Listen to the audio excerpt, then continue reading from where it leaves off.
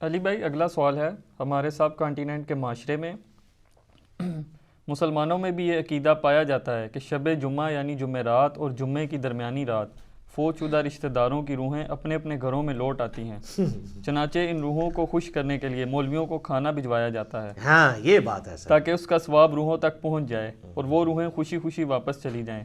Please اس حوالے سے کوئی شرعی دلیل ہو تو بیان فرما دیں۔ شریعت کا ایسے کیا لینا دینا میرے بھائی، یہ تو بابوں کی کہانی ہے۔ ہم اس پہ ہی کہیں گے، پہلے تو وہی عرض کریں گے کہ مرنے سے پہلے اے مسلمان کر لے اس پہ غور، کتابوں کا خدا اور ہے، بابوں کا خدا اور یہ تو ایک لائٹر موڈ میں نے بات کی۔ سورہ بنی اسرائیل کی آیت نمبر 36 ہے، جو 10 کمانڈمنٹس آئی ہیں ان میں سے 9th کمانڈ ہے، وَلَا تَقْفُ مَا لَيْسَ لَكَ بِهِ عِلْمٌ ان السمع والبصر والفؤاد کل اولئک کان عنہ مسئولا۔ انسان کسی چیز کی پیروی اس وقت تک مت کر جب تک کہ تجھے اس کے بارے میں ڈیفینیٹ علم نہ حاصل ہو جائے۔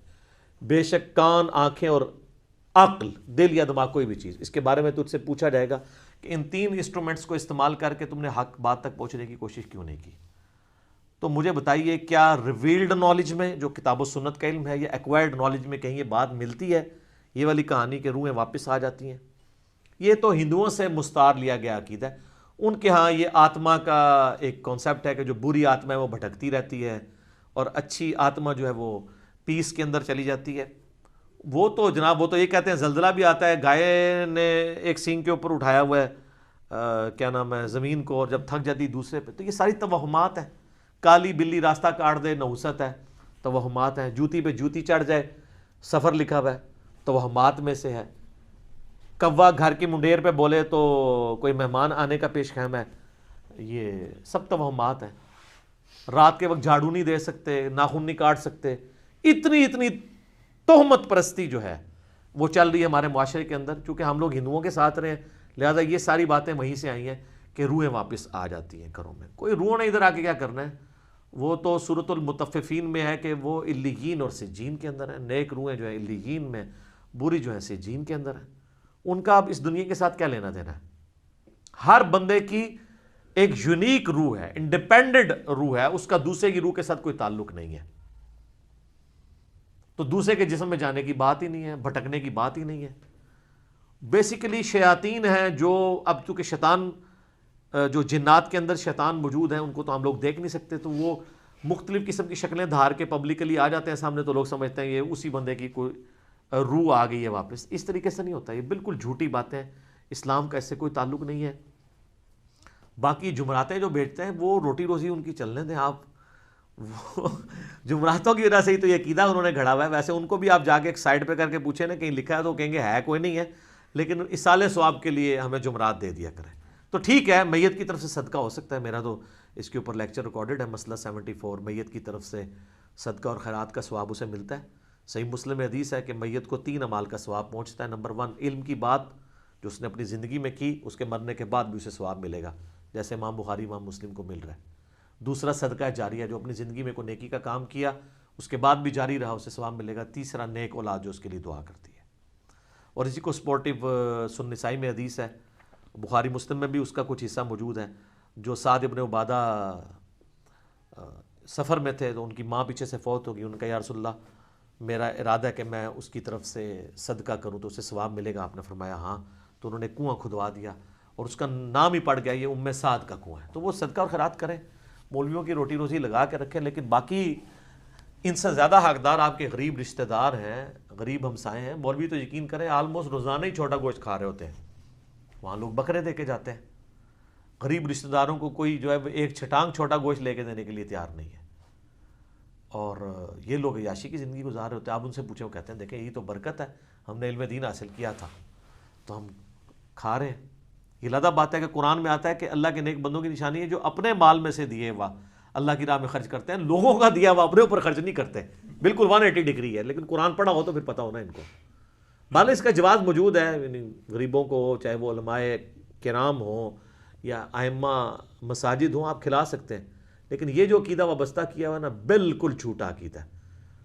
قرآن تو بالکل اپنے مقدمے میں واضح ہے۔ سورہ یاسین کے اندر اللہ تعالیٰ نے واضح طور پہ فرمایا، آپ سورہ یاسین 22ویں پارے سے شروع ہو کے 23ویں میں ختم ہوتی ہے، تو آپ پہلے ہی صفحہ جو ہے نا 23ویں صفحے کا، اس میں اللہ تبارک و تعالیٰ نے فرمایا، آیت نمبر ہے 31، الم یروا کم اہلکنا قبلہم من القرون انہم الیہم لا یرجعون، کیا انہوں نے نہیں دیکھا کہ ہم نے ان سے پہلے کتنی امتیں ہلاک کر دی ہیں، وہ اب کبھی بھی واپس دنیا میں لوٹ کے نہیں آنے والی۔ وَإِن كُلٌّ لَمَّا جَمِيعٌ لَدَيْنَا مُحْضَرُونَ، اور ان سب کے سب لوگوں کو اللہ تعالیٰ کے حضور جمع کر کے حاضر کیا جائے گا، یعنی قیامت سے پہلے وہ دنیا میں نہیں آ سکتے۔ اور جناب جو سورۃ الواقعہ کی رکت انگیز آیات ہیں نا، سورۃ الواقعہ پارہ نمبر 27 میں بالکل اینڈ پہ جا کے سیکنڈ لاسٹ سورت آتی ہے، اس میں اللہ تبارک و تعالیٰ نے اس ٹروتھ کو ریویل کیا ہے۔ اللہ تعالیٰ فرماتا ہے فلولا اذا بلغت الحلقوم، تو کیوں نہیں ہوتا کہ جب روح جو ہے وہ گلے میں جا کے اٹک جاتی ہے، یعنی کسی کی موت کا وقت آ جاتا ہے، نزع کا وقت، وَأَنْتُمْ حِينَئِذٍ تَنْظُرُونَ، اور تم اس وقت وہاں پہ موجود یہ سب کچھ دیکھ رہے ہوتے ہو کہ ایک بندے کی روح نکل رہی ہے، تو روح واپس کیوں نہیں لا سکتے؟ وہ آگے ذکر آئے گا اس کا، وَنَحْنُ أَقْرَبُ إِلَيْهِ مِنْكُمْ وَلَكِنْ لَا تُبْصِرُونَ، اور ہم مرنے والے کے تم سے بھی زیادہ قریب ہوتے ہیں لیکن تمہیں نظر نہیں آ رہے ہوتے۔ ظاہر ہے اللہ اپنی شان کے لائق، نحن اقرب الیہ من حبل الورید، وہ ہماری رگے جان سے بھی زیادہ قریب ہے۔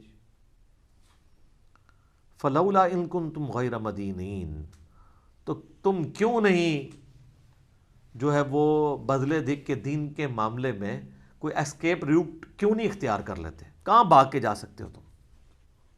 ترجعونہا ان کنتم صادقین، تو لوٹا لو نا اس کی روح اگر تم سچے ہو تو، مرے ہوئے کو واپس لے آؤ۔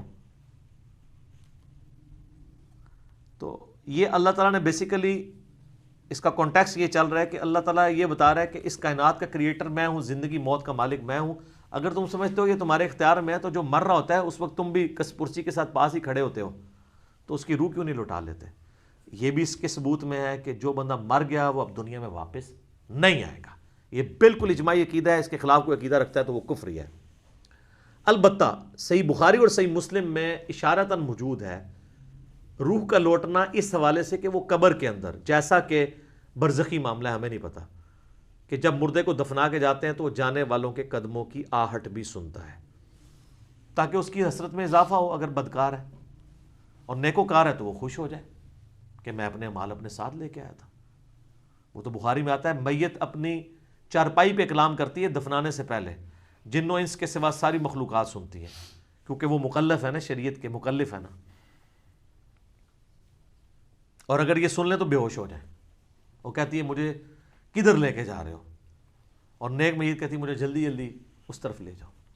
یہ جناب بڑا خطرناک معاملہ ہے۔ اللہم انی اعوذ بک من عذاب جہنم ومن عذاب القبر ومن فتنة المحیا والممات ومن شر فتنة المسیح الدجال۔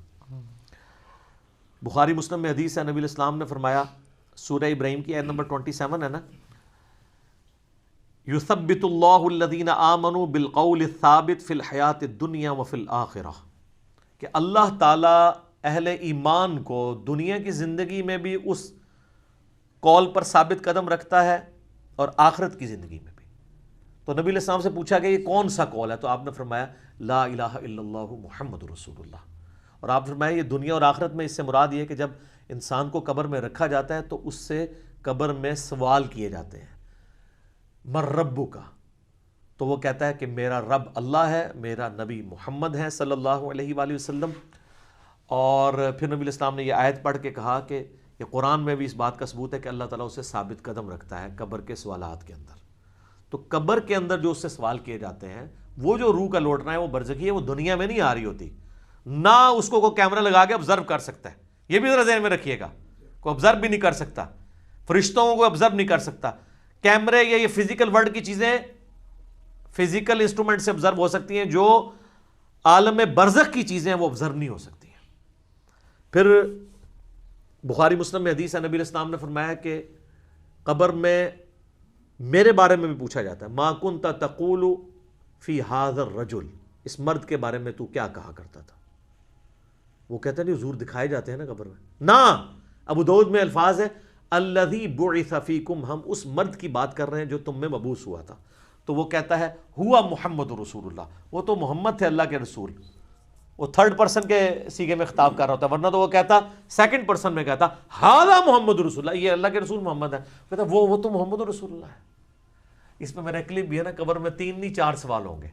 ترمذی میں تو حدیث ہے مر ربو کا، ما دینو کا، من نبیو کا، تیرا رب کون، تیرا دین کیا، تیرا نبی کون، تو کدا مقلد، تو کہنے فڑکے دا، تیری کیڑی مسیتی، تیرا کیڑا بابا، اے کوئی نہیں بھائی، اے زمین دے اتے ہوتے ہیں، زمین دے اندر اللہ کا سکہ چلتا ہے۔ ادھر بھی تا ان کا چل رہا ہے کہ اللہ نے کھلی چھٹی دی ہوئی ہے، مرنے کے بعد محمد رسول اللہ کا سکہ چلتا ہے، اللہ کا سکہ چلتا ہے۔ ابو داؤد میں آتا ہے کہ جو مؤمن ہے نا وہ یہ کہتا ہے کہ ربی اللہ، اور کہتا ہے دین الاسلام، اور کہتا ہے ہوا محمد رسول اللہ۔ تو چوتھا سوال پھر ہوتا ہے، یہ 3 سوال ہیں، قبر کے 4 سوال میرا ایک کلپ بھی ہے۔ وہ فرشتے کہتے ہیں تجھے کیسے پتا چلا؟ وہ کہتا ہے میں نے اللہ کی کتاب پڑھی تو میں نبی علیہ السلام پہ ایمان لایا، ان کے سچ ہونے کی تصدیق کی، تو پھر اس کے لیے جنت کی کھڑکی کھول دی جاتی ہے۔ یہ چوتھا سوال ہے کہ اسے پتہ، تو جنہیں کتاب پڑھی نہیں اور وہ حافظ قرآن علی نہیں پڑھتا، ترجمے نال پڑھتا ہے، تائیں انہوں پتہ لگتا ہے نا کہ وچ کے لکھے ہے، ورنہ تو نہیں پتہ چلے گا۔ اور بخاری میں ہے کہ منافق سے جب سوال ہوتے ہیں تو ہر سوال کے جواب میں کہتا ہے لا ادری لا ادری، ہائے آتا لا ادری لا ادری، ہائے افسوس مجھے کچھ پتہ نہیں ہے، بولے اعوذ باللہ تعالی۔ تو فرشتے اسے تو چوتھا سوال پھر کرتے ہیں، جب وہ کہتا ہے نا مجھے کچھ پتہ نہیں، تو وہ پھر کہتا ہے کہ میں تو وہی کہتا تھا جو لوگ کہتے تھے، سن سنا کے سنی، یعنی ہم تو شروع سے ہی یہ ہیں، ہم تو شروع سے ہی یہاں آزمانتے ہیں، میں تو یہی کہتا تھا۔ تو فرشتے کہتے ہیں لا دریتا ولا تلیتا، کیا تو نے خود ادراک کرنے کی کوشش نہیں کی، خود پڑھنے کی کوشش نہیں کی، یا کوئی ایسا شخص جو تجھے بتا دیتا اگر تو پڑھنا نہیں جانتا تھا؟ تو فرشتے پھر اسے ایک گرز مارتے ہیں، اور زمین و آسمان کی ہر مخلوق اس کی آواز سنتی ہے سوائے جن و انس کے، اگر یہ سن لیں تو بے ہوش ہو جائیں۔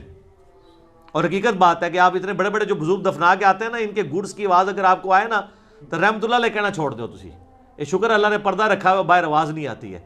تو یہاں پہ روحوں والا معاملہ ہے، لیکن وہ بھی اب روحوں کے ساتھ ساتھ آپ نے کتنے بزرگوں کو بیچ میں جو ہے وہ نکلوا دیا، لیکن یہ حقیقت ہے، یہ کتابوں کا دین ہے جی، یہ بابوں کا دین نہیں ہے۔ تو ہمارا تو مقصد یہ ہے کہ لوگوں کو کتابوں کے دین کے ساتھ جوڑیں بابوں کی بجائے، اور بابے وہ جو کتابوں کے ماننے والے ہیں، جو کتابوں کو نہیں مانتے وہ تو گستاخ بابے ہیں، ان کی بات ماننے کے لیے تیار نہیں۔ یہ روحوں والا عقیدہ بھی بابوں کا گھڑا ہوا ہے۔ یہ اذانیں شروع ہونے لگی ہیں، انشاءاللہ بقیہ کے سوالات اذانوں کے وقفے کے بعد۔